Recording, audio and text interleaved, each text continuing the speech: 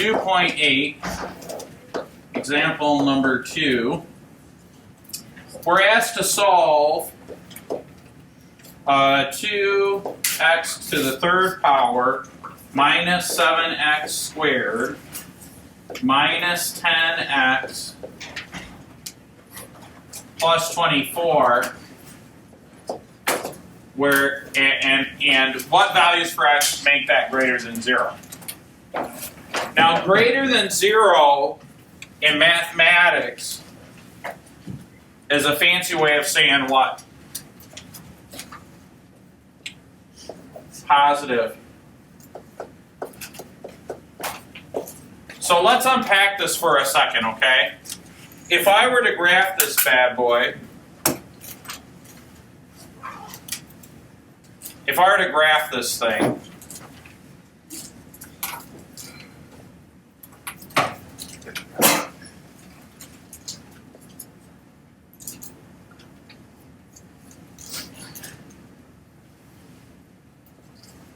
okay, in the xy plane. Now, I don't know what the solutions are, but I know it's a cubic. And so what that means is it's a cubic, so it has 3 possible solutions. Okay? So because it's a cubic, I'll probably have 3 solutions. Some of them may be real, some of them may not be real. Okay? And a cubic, because it has a positive leading coefficient, it has a possibility or potential to do something like this. And so this might be a solution, this might be a solution, this might be a solution. And so when I say when this is greater than 0, what I'm really interested in is when it is positive. So what I'm really interested in is this area right here and all this stuff here. That's what I'm interested in. Now, truthfully, I could put this in a graphing calculator and do it in about 3 seconds, but we want to learn how to do it algebraically, okay? So the first step in this is to solve to find out what these x and y value, or what these x-intercepts are. So the first thing that we want to do is we want to look right here and figure out what the zeros are. Now, zeros is another way to say solutions, and sometimes we call those the roots. Okay, and then sometimes, what's another word for those? There's one more, it's really important. Just look at the graph.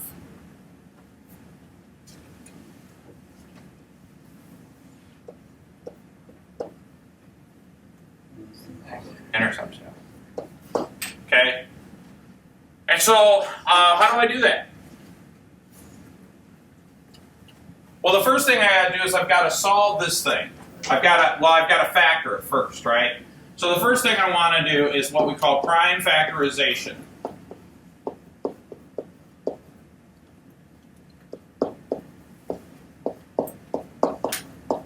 Okay. So if we're going to do some prime factorization on this, I gotta do like kind of a guess and check. We're going to do synthetic division. And so to do synthetic division, remember that we want to consider all of the factors of 24 and 2. And so the possible zeros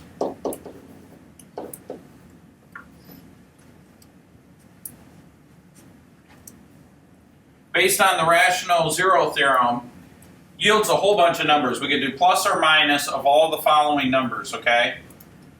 1, 2, 3, 4, 6, 8, 12, 24, and then we can even do the fractions, because remember, it's the factors of this number and the factors of this number. So we could even consider like plus or minus 1/2 and then plus or minus 3/2. Okay? Now, for time's sake, I already know what one of the solutions is. And what you would do is you would just kind of plug and chug and figure out which one would work. But I already know, for time's sake, because I'm trying to help you guys, positive 4 is a possible solution. It's one of the solutions. So what I'm going to do then is I'm going to do the synthetic division. So if I list 4 and then just the coefficients, so it was 2x to the third power negative 7x to the second power negative 10x and then a constant of 24. If I drop down the 2, that gives me 2. 4 times 2 is 8. Add those up, I get 1. 4 times 1 is 4. Negative 6 times 4 is negative 24. I've got a remainder of 0. Okay? So 4 does go into this thing. Now what I just did, just so you guys are kind of keeping track, what I wrote down was, what I'm saying is that if I take 2x to the third power minus 7x squared minus 10x plus 24, and I divide that by x minus 4, because what we're saying here is that x equals 4, and so when I move that to the other side, that would give me x minus 4 equals 0, and that means it's a 0. X minus 4 is one of the factors. What that gives me is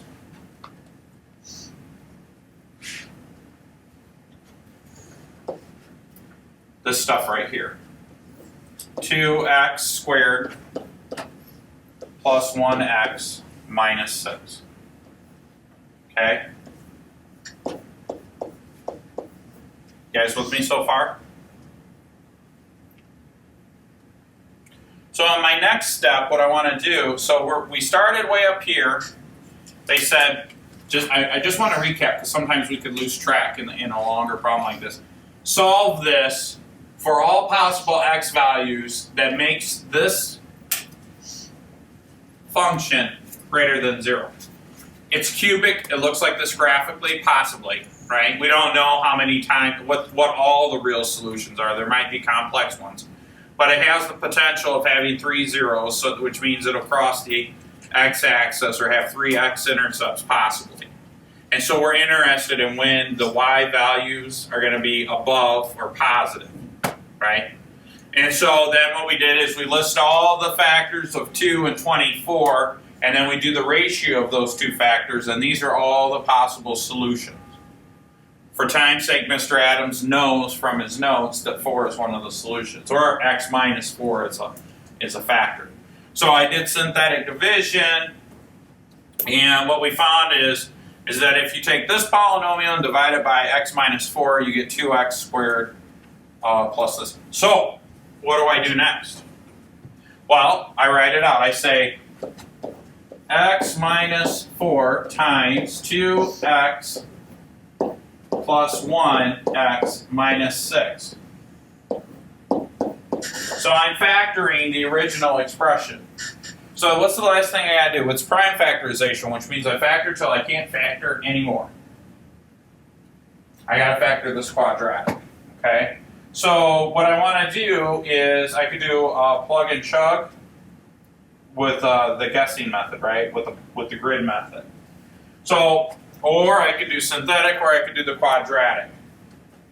I think we could just do guess and check. So let's see. So if I draw my little box here, I've got 2x squared and then minus 6. Well, 2 is a prime number, so we have to have 2 and 1x. And then the factors of 6. Now keep in mind, guys, that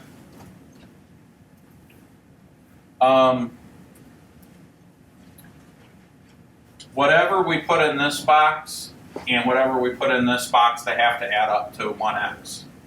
Okay? Keep that in mind. All right, so 3 and 2 might work. If I put the 3 here, that would give me positive 4. And then if I put the 2, what if I did it like this? What if I did 2 here and 3 here? Would that work?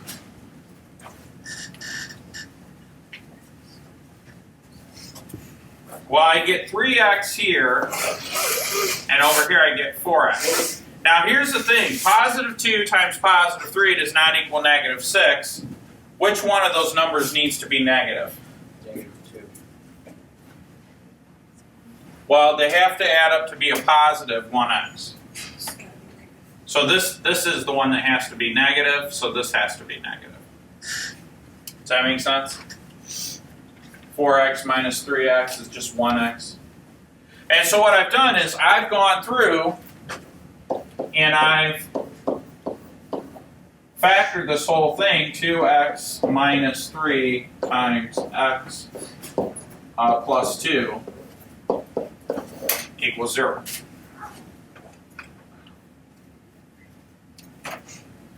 At this point, does anybody have any questions? Are you guys with me still? Does that make sense? All right. So now I've got, these are the possible zeros, so I'm going to say x minus 4 equals 0, 2x minus 3 equals 0, and then x plus 2 equals 0. And so I get x equals 4 as a solution, x equals 3 over 2 is a solution, and x equals negative 2 is a solution. And so if I scroll up, that will, all those numbers were in my original list, which were the ratios of the factors of 24 and the ratio of the factors of 2, based on the rational zero theorem, right? So, boop, boop, boop. Whoops, went down a little too far. Where'd we go? Okay, there we are.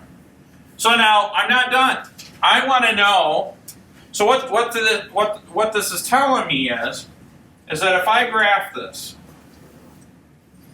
okay, my intercepts are going to be at negative 2. Well, I'm not going to be able to draw it to scale because my grid's too big. But this would be at x equals negative 2.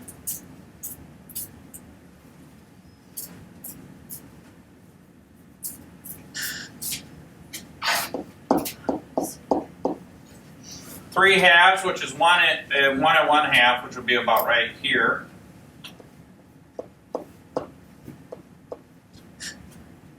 And then a little bit further over here at x equals 4. And so since it's a cubic, and we're going to verify all this in just a second on a graphing calculator, it should kind of go like this. So it should come down and around and out that way. That's kind of how it will look.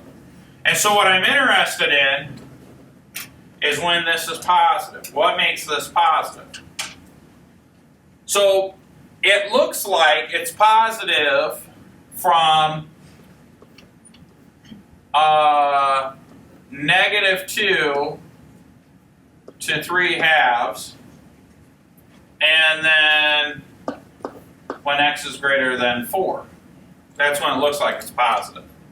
How do I verify that? Well, we verify that by doing the sign test that we did yesterday.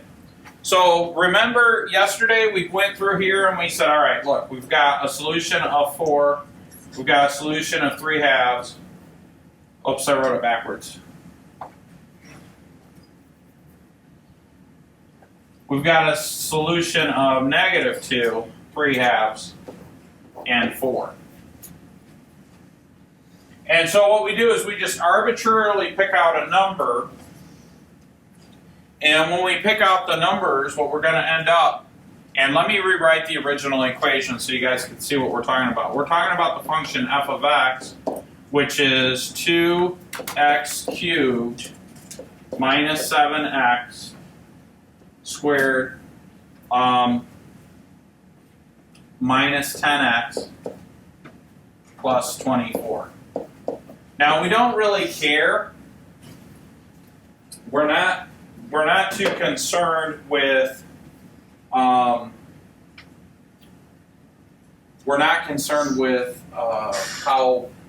the value of the numbers are when we plug them in. We just want to know if they're positive or negative.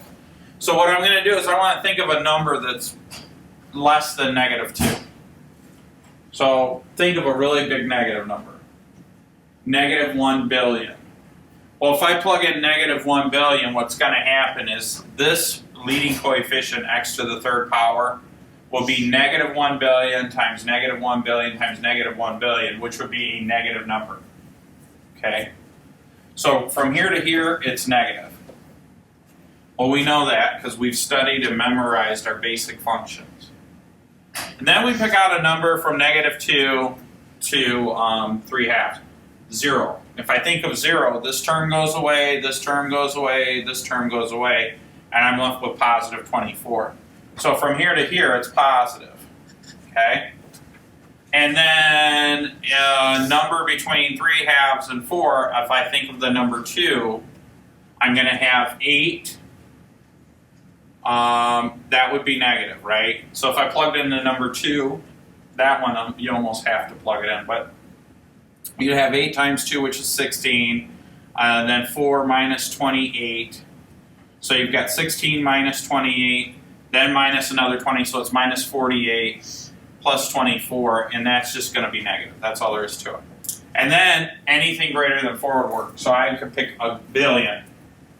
Well, I'm going to have a billion cubed, which is going to be way bigger than all these other terms, so it's going to be positive. Which is what we said in the beginning, right? That's what we said in the beginning, because we know what the graph looks like. And so how do I verify that?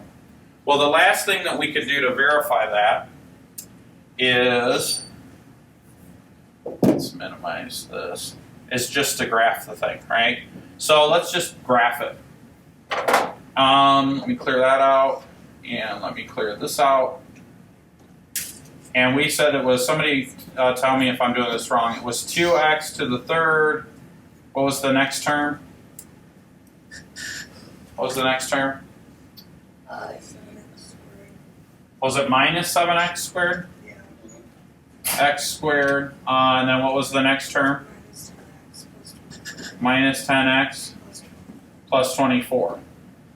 And so we graph it. I mean, it looks like I'll probably have to zoom out a little bit. Okay, yeah, let's adjust the zoom.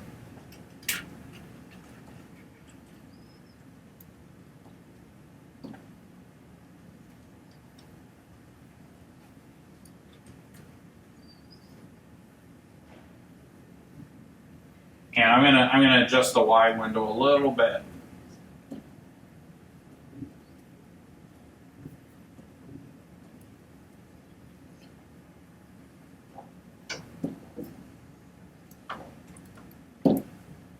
There we go. It'll take a second for it to graph.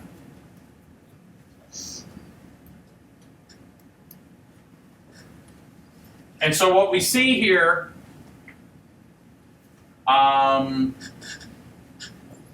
just like Mr. Adams' graph, right? What we're looking at is this area right here. This is where it's positive. And then every point here. And so you could do it like this. This is one way to do that is you're going to think of the number line like this is x is equal to -2. This point here, x is equal to 3/2. And then this point here, x is equal to 4. And so we would say that it's positive from -2 to 3/2. Now why is Mr. Adams not including it?